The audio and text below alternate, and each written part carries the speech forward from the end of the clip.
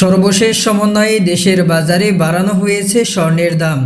সিদ্ধান্ত অনুযায়ী রোববার 16 আগস্ট সবশেষ সমন্বয়কৃত দামেই দেশের বাজারে মূল্যবান এই ধাতু বিক্রি হচ্ছে। সবশেষ শনিবার 15 আগস্ট সকালে দেওয়া এক বিজ্ঞপ্তিতে স্বর্ণের দাম বাড়িয়েছে বাংলাদেশ জুয়েলার্স অ্যাসোসিয়েশন বাজুস।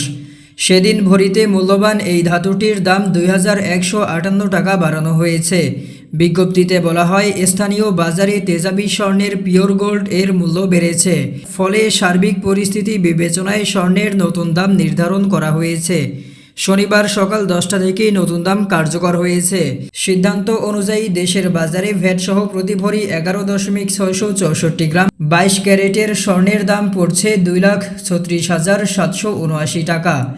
এছাড়া 21 ক্যারেটের প্রতি ভরি 2,26,165 টাকা, 18 ক্যারেটের প্রতি ভরি 1,94,206 টাকা এবং সনাতন পদ্ধতির প্রতি ভরি স্বর্ণ 1,58,630 টাকায় বেচাকেনা হচ্ছে।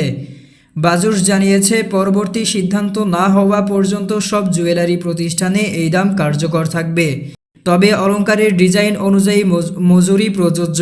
স্বর্ণালংকার ও রূপালংকারের বিক্রয় মূল্যের সঙ্গে ভ্যাট যুক্ত থাকায় গ্রাহকদের কাছ থেকে আলাদাভাবে ভ্যাট আদায় করা যাবে না। এছাড়া সুনির্দিষ্ট ভ্যাট, মজুরি ও পাথর বাদ দিয়ে অলংকার এক্সচেঞ্জ ও পারচেজের ক্ষেত্রে বাজুসের আগের নিয়ম বহাল থাকবে। এর আগে সবশেষ গত 14 আগস্ট সকালে স্বর্ণের দাম সমন্বয় করেছিল বাংলাদেশ জুয়েলার্স অ্যাসোসিয়েশন বাজুস।